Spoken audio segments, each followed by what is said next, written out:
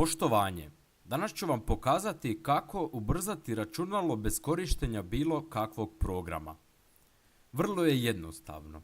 Znači otvorite Start, upišete ms-config, stisnete Enter, odete na Startup.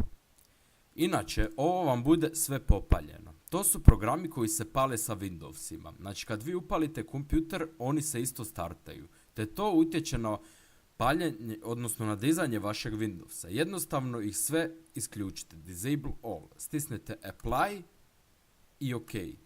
I doslovno to je to. Sad će se vaše računalo puno brže palit, puno jednostavnije. Znači, to ne utječe na baš nikakvu funkcionalnost vašeg računala. Ne može vam se ništa desiti. To su samo oni programi koji se pale s vašim Windowsom. Naprimjer, Torrent, Steam, Skype većinom i takve stvari. Znači, ne može vam ništa pogoršati. Vrlo je jednostavno i 100% radi.